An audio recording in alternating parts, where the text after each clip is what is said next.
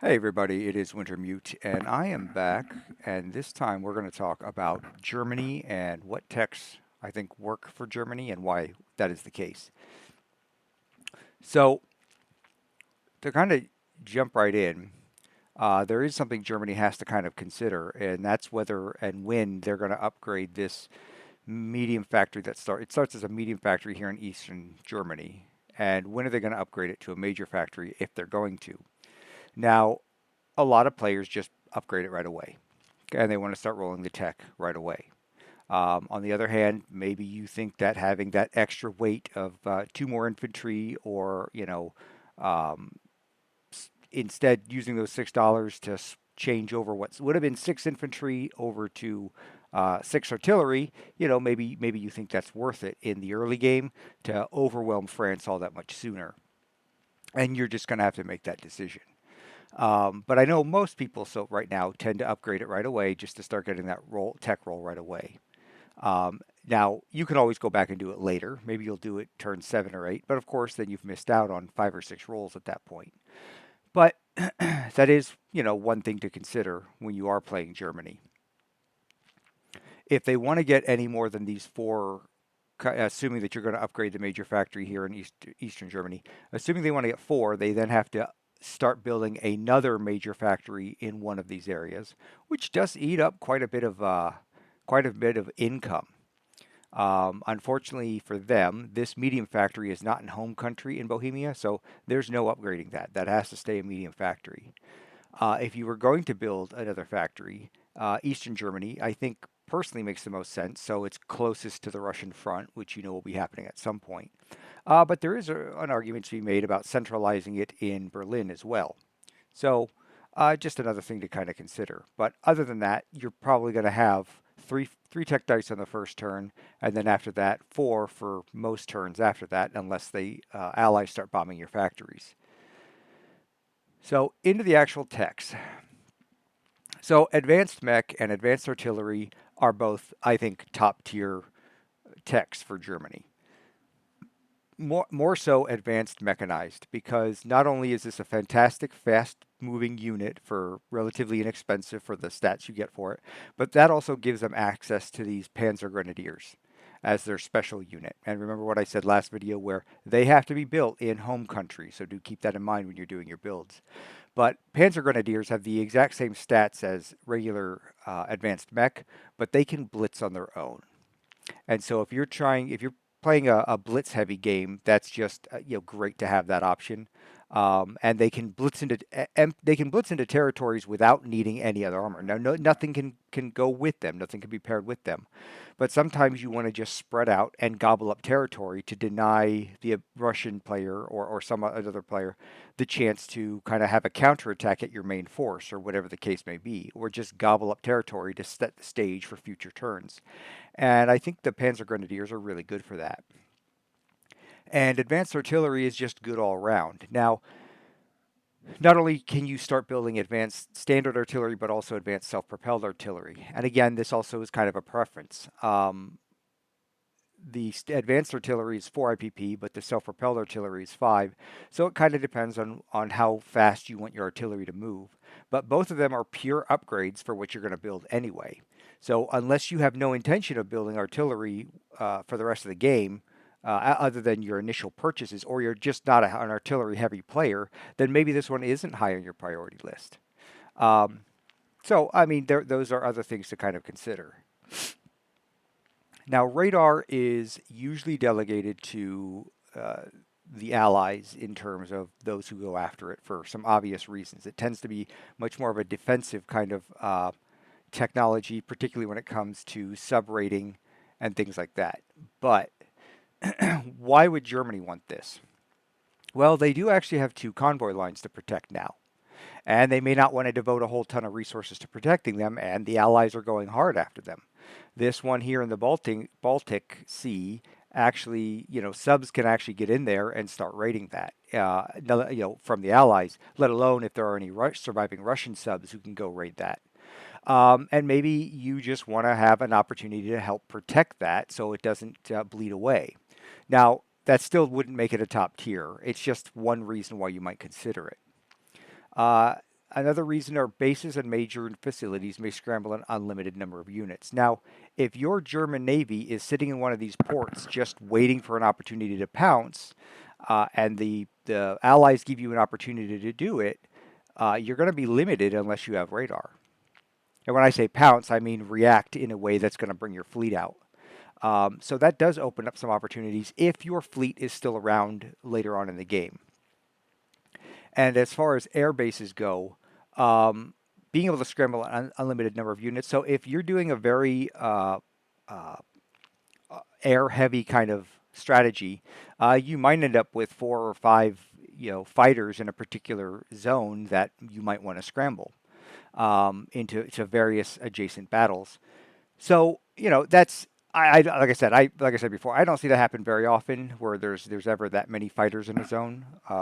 But that is maybe you see an opportunity where that could be extremely beneficial in a way to do that. And if you look at the map, assuming you've got Paris, they have an airfield here which covers all this area, and then there's Western Germany which has an airfield here which covers all this area. So you've got a pretty good spread depending on where you want to put your fighters if you want to stack them that high. And maybe you're at a point in the game where you've knocked Russia back so hard and the Allies are about to come in, and maybe you really do want to stack up and get ready for a real long haul kind of D-Day style scenario. So just another thing to consider. Also, fighters gain +1 interception. So of course this is just nice because it's just an upgrade. And if they're doing a heavy bombing campaign and you're putting your fighters in an area to defend against it and rise up, then at the very least you've got an edge, assuming they don't have radar. Of course, if they do, you're back on even keel, but maybe that's good enough for you, depending on the circumstances. So the interception can still come in pretty useful. And facilities and inherent anti-aircraft can shoot down strategic rockets. Yeah, it's not beyond the realm of possibility that the UK maybe goes after rocket tech and just builds 2 rockets a turn and just starts peppering German facilities over here in a way to cause them to burn money and or deny them the ability to place more units in France or Eastern Germany and force them kind of away from the coast.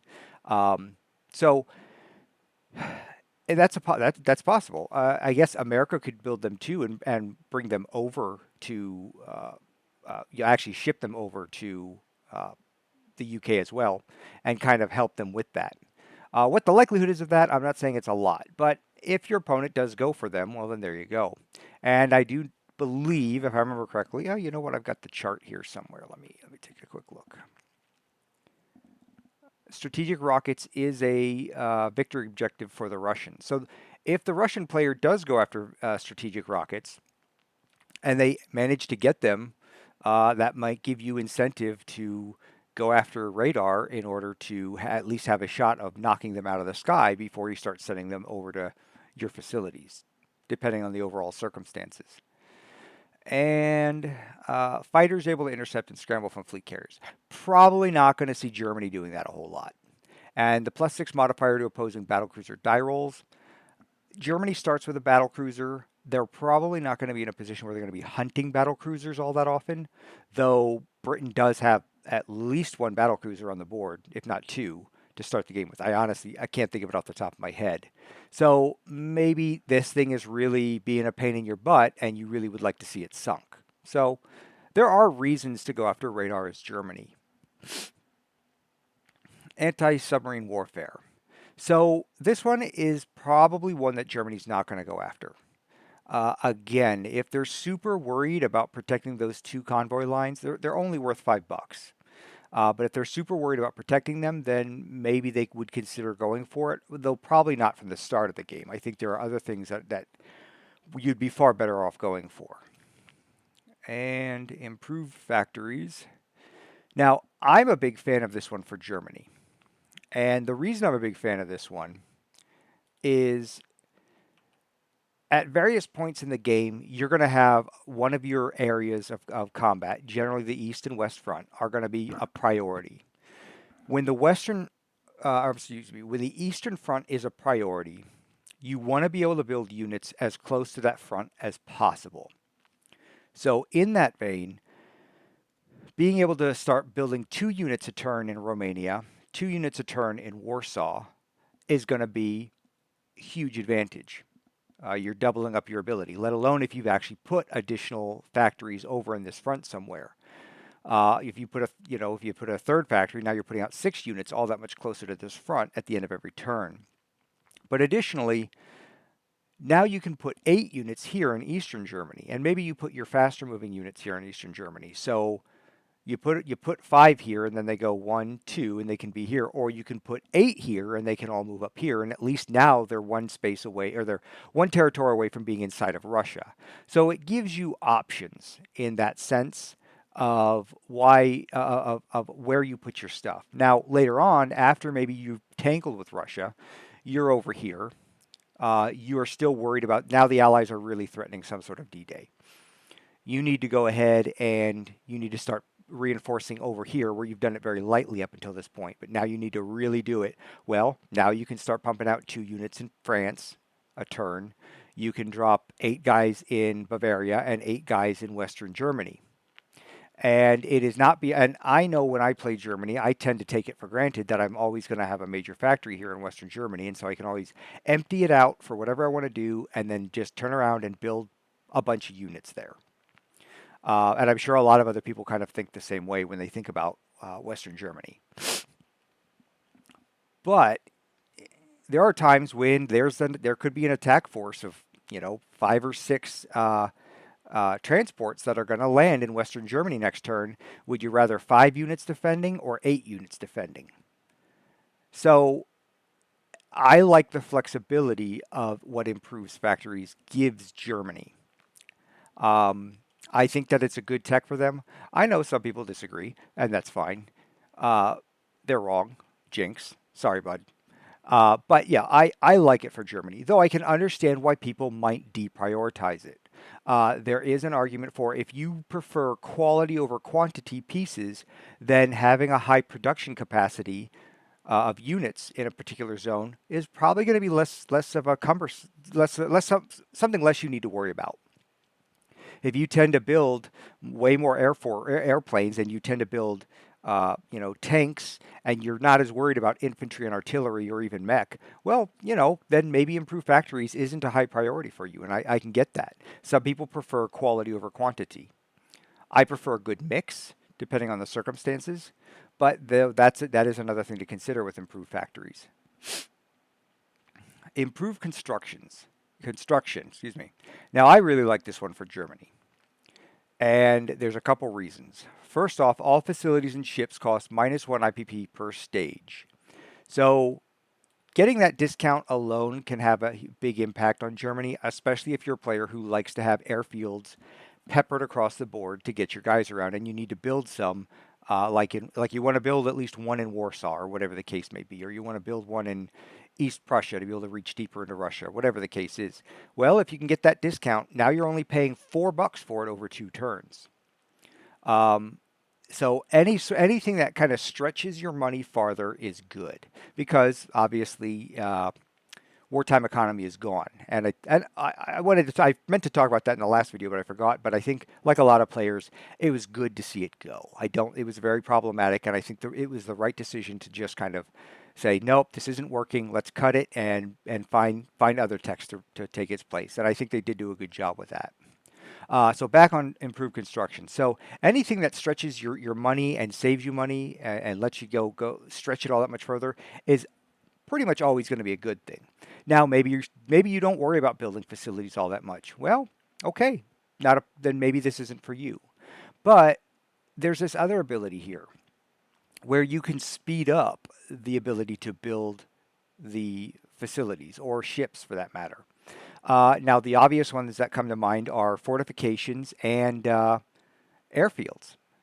And there are times as the German player where you're going to look at the map, you're going to look at the strategic situation, and you go, you know what? If I can just pay $10 and drop a fortification right here along this zone, and that'll save me, that the likelihood of him attacking that just drops dramatically. That'll save me so much time. You know what? That's a nice feeling to be able to have the freedom to just do that. And really be able to put a facility where you need it right away without having to wait. Because of course, if the opponent sees you doing it, that might change their strategy, and they go, "Well, I wasn't going to attack this turn, but now I'm going to, and I think I can pull it off." And he's going to not only is he not going to have the protection of whatever facility he was building, but I've made him waste that money on that first stage of production. So the ability to just drop facilities is really good for Germany. And if you are playing the naval game, the ability to drop have it only take 2 turns to build a battleship or 2 turns to build a heavy cruiser might be really important to you if you're doing the naval thing. And then, of course, improved construction is also nice if you have the enemy doing strategic bombing. It just gives it gives your factories a chance to just ignore the damage, which makes them waste. It risks their bombers for no reason if they roll poorly. And as the receiving, when you're receiving that and you watch them do that, that can feel pretty nice. So I think improved construction is a great one for Germany. Now, again, whether it's top tier or not is probably going to depend more on your play style and what your overall strategy is for how you see yourself playing Germany. And Airborne Doctrine. Now, and like I said in the last video, Airborne Doctrine is kind of a tough one to call for each nation. Number one, I'm not experienced with it. That's the first thing. Number two, to go this route, you are tipping your hand a little bit because you're probably going to go very heavy. You're going to lean very heavy into it because this isn't. And the reason I say that now, again, this is kind of speculation because I haven't really even played with it yet. But you want to be able to build your you want to have plenty of airborne on the board. Building up to Airborne Doctrine, you probably already have a transport or 2 or 3 on the board with Airborne that are already doing operations and whatnot, because that's already the playstyle you like. Now, the possibility that your opponent can see this and respond to it always exists. Okay, well, he's clearly gone from Airborne Doctrine from, turn 1, and he's already built a second transport on turn 4. I think we're going to have to worry about Airborne in this game. So there is some responses that they have to it. But it's difficult for me to kind of judge it as to whether it is a top tier or not. And I think more than any ones that I'll talk about, this one is really dependent on your play style. This doesn't strike me as one that you get casually. You get it with a very, very kind of, strong idea of what you want to do with it when you do get it. But again, I have not seen it played very often, so I could be very wrong. Maybe people do look at it differently, and maybe it plays out very differently than I would expect. But I think it's probably a second tier, if nothing else. And then amphibious doctrine. Germany's probably not going to want this one. Now, if for some reason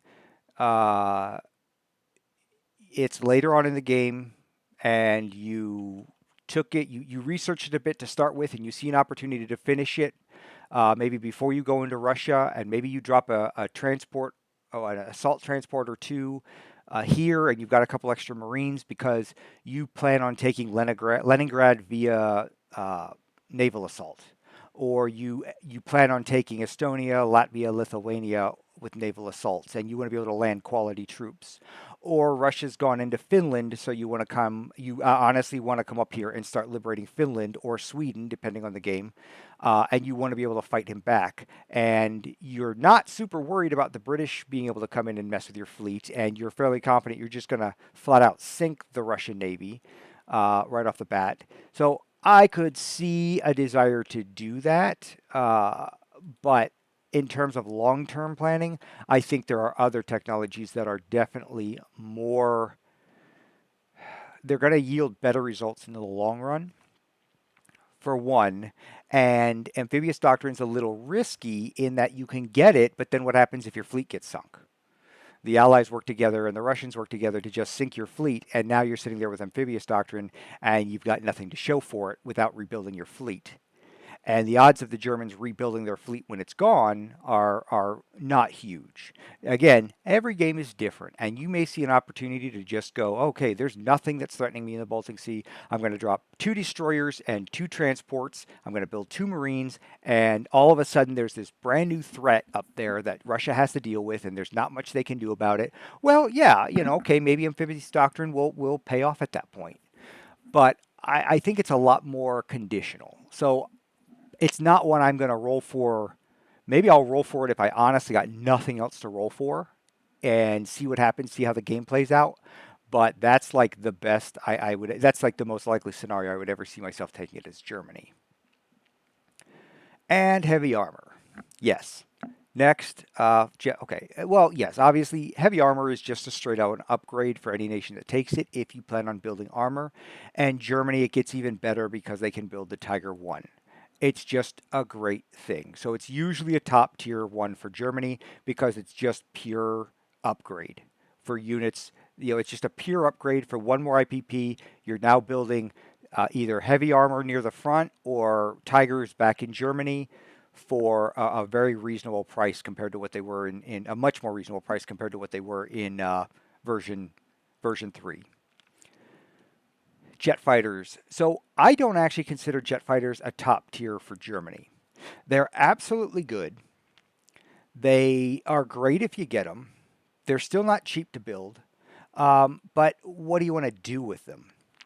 If you want to have them sitting back here on defense duty, if your opponent is coming at you with a lot of strat bombing, well, okay, yeah, their interception rating is really good. But of course, so is their attack and defense rating. So do you want them over here just to intercept, or do you want them over on the Russian front attacking? And so again, this also kind of goes with what kind of playstyle you like. Do you like having like having a big air force? Well, then that would increase jet fighters' priority for you building them. If you're somebody that likes a good mix, maybe it's a second or third tier that you'll roll for once you've gotten the other techs. But if you're somebody who is more focused on just big stacks of infantry, and you're okay with the fighters you have, well, then maybe it's just not a high priority. Excuse me. And long range aircraft. So I think this is a top tier one for Germany for a couple reasons. Number one, you start off with a pretty good air force. And if you husband it later into the game, it only gets better with long range aircraft.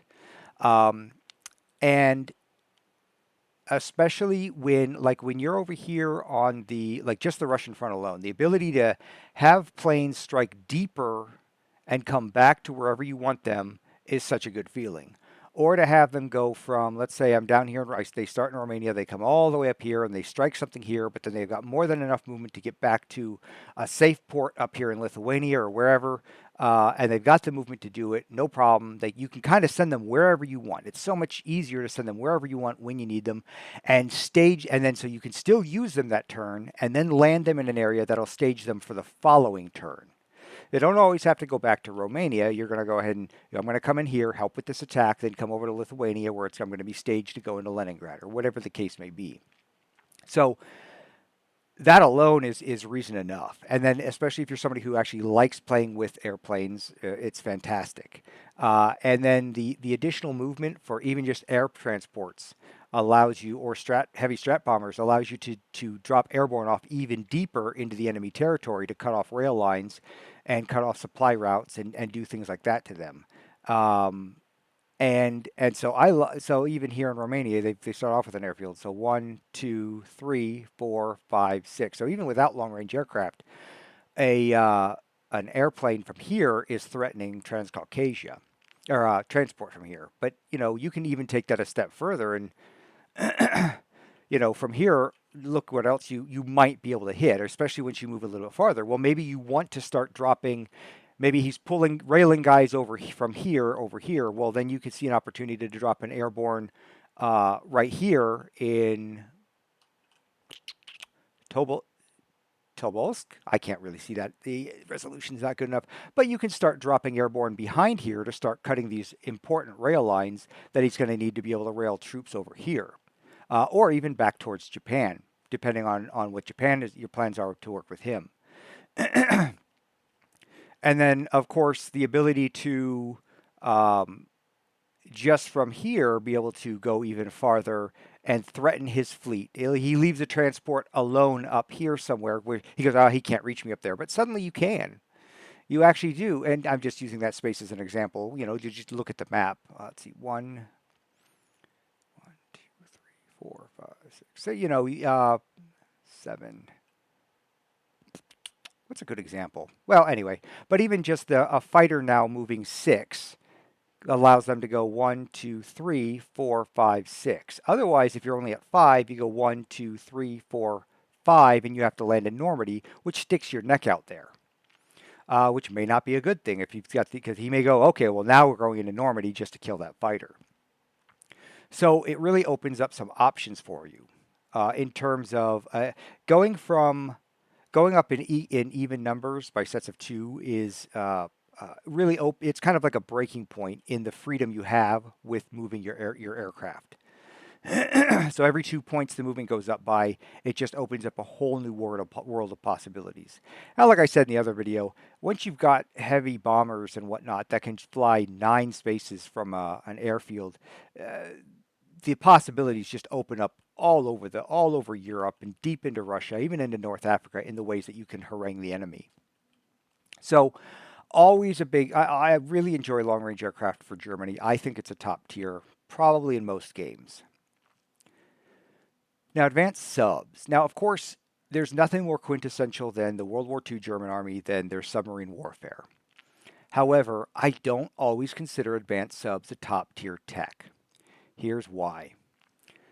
A lot of the times that I find I would have the ability to get it and then start putting out advanced subs, the sub war in the Atlantic is kind of done. Or we're just playing this cat and mouse game and it's not worth it for me to invest the money in advanced subs. So that's kind of my experience. Now, with that said, I completely see games where the possibility of an extended Atlantic uh, uh, battle for the Atlantic is going on.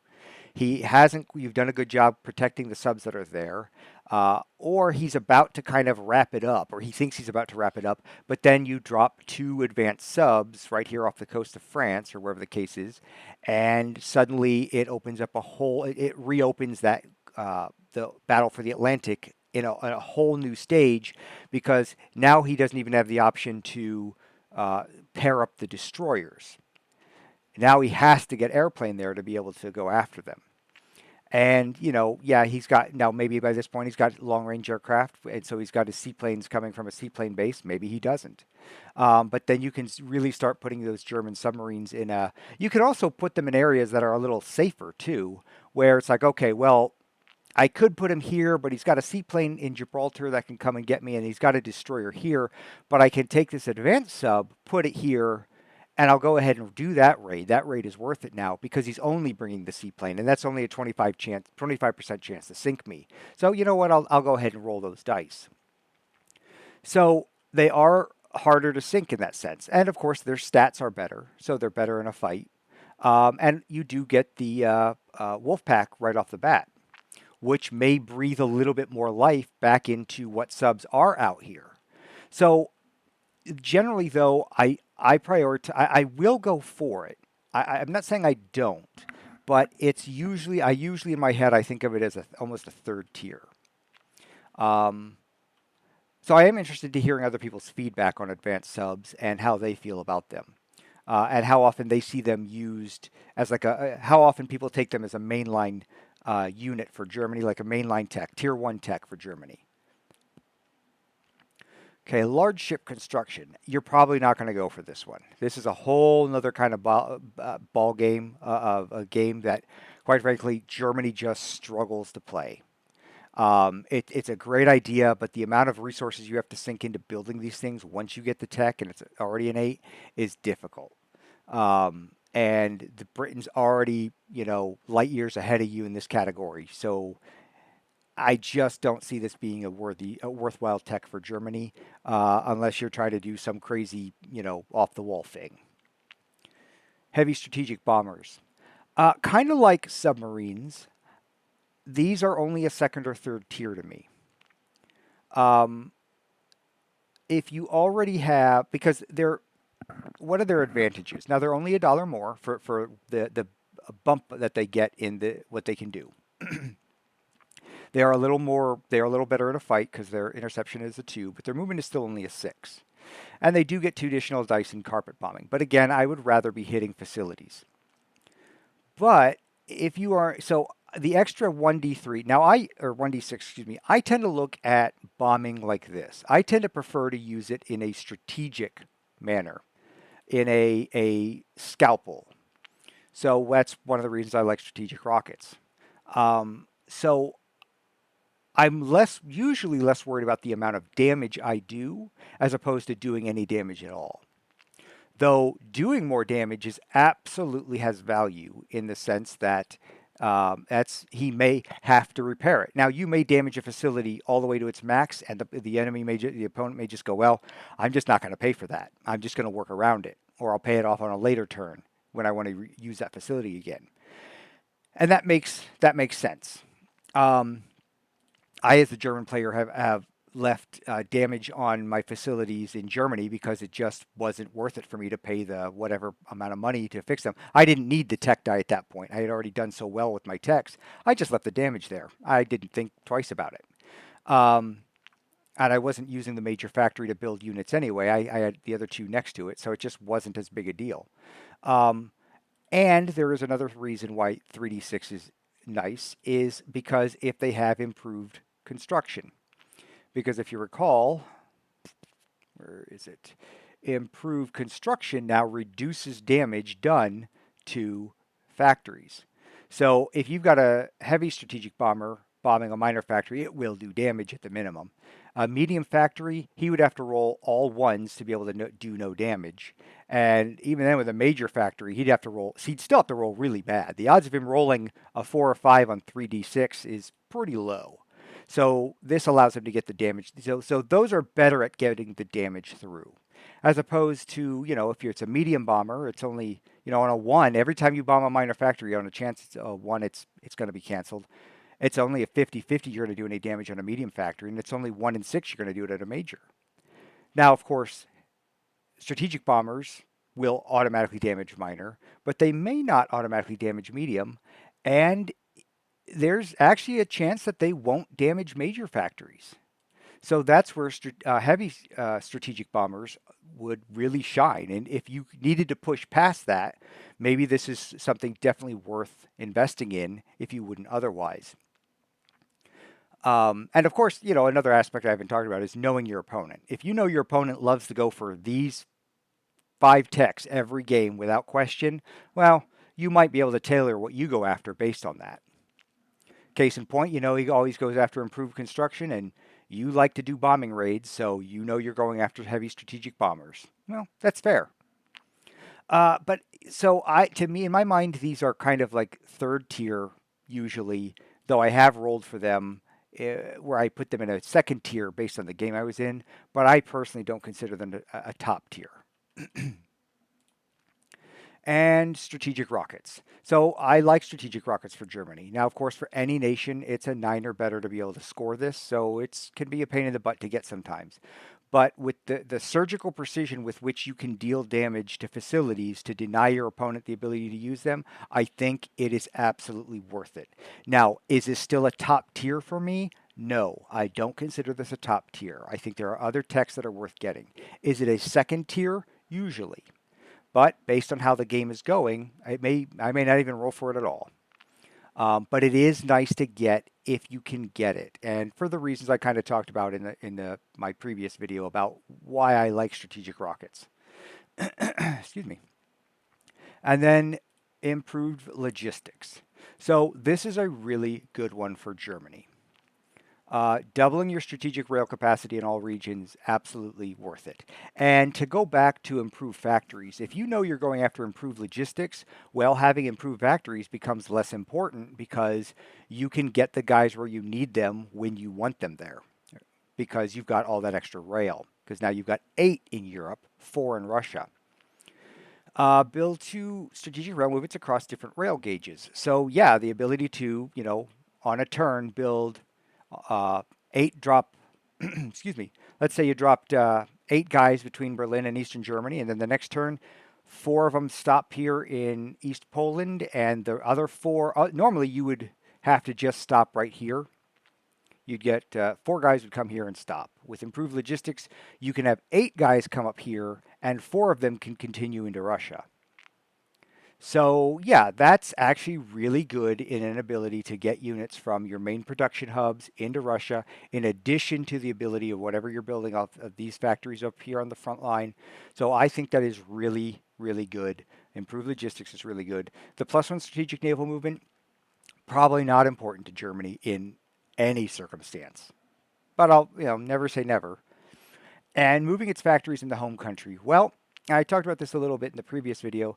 Maybe for that reason I talked about before, you want the Bavarian factory up here in Eastern Germany to put your units that you're building all that much closer to the Russian front. Conversely, maybe you want to move the Berlin factory up into Western Germany, so you're dropping up to 10 guys a turn here every turn, and then you're just creating a bulwark here that you can counterattack in any which direction. So yeah, with the exception of strategic movement, all of this is absolutely excellent for Germany. And I don't see any reason why you wouldn't want it. Now, the only reason why I don't necessarily consider it top tier is because of that 9. That means the chances of you getting it or getting it right away are a lot less. You may have to wait till much later in the game to get it, compared to a lot of the other top tier techs that I've talked about, which are much easier to roll. And I think that is a fair way to look at rolling technologies. Maybe you want to just go for the easy ones first, get them out of the way, get the bonuses for them right away, get the units built for them right away. And while it would be nice to have some of those higher value ones that are a lot harder to roll, you're going to roll on them later. You're going to worry about them later. And if you get them, great. If you don't, you don't. On the other hand, maybe you want to prioritize the harder ones first and then worry about the weaker or the easier ones, knowing that once you get these, they're all that much sweeter because they were hard to get, and you're getting the bonuses for them. And I think at least like improved logistics is really a sweet one to get very early for Germany. So you get those first. You go after the hard ones first. But when they're finally out of the way, then you turn around and you start rolling for these easier ones higher on the list. And maybe it's later on in the game, and so maybe you choose, because the game is developed the way it has, you would have normally gone for radar, but now you see a reason to go for improved construction. Or you would normally go for improved factories, but you know what?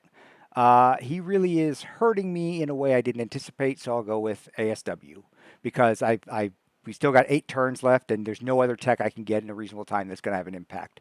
So at least maybe I'll start saving some money up here. And I know that's a long shot, but I'm just using it as an example of looking at how the game plays out and making making decisions based on how it's playing out to affect what techs you decide to go for. So yeah, that's kind of why those are the ones that I think are the best for Germany. I tend to go advanced mech, advanced artillery, and improved factories first, and then I go for improved construction. And then when I hit a wall, I start moving into my second tier ones, which tend to be heavy armor, long-range aircraft, and improved logistics. Though I still don't roll for strategic rockets all that often. So, like I said, I'm not going to make a formal list and say this other thing is top tier. And remember, a lot of this, I want to talk more about why I think this tech is valuable to this particular country, and then you sort of put it in your own tier list. And remember, if you're going to play Germany a different way from one game to the next, well, then I think you need to take time to reevaluate. You should take time to reevaluate which techs are the higher priority and for what reasons. So anyway, that's my feeling on the German techs and what works for them and why I feel it works for them.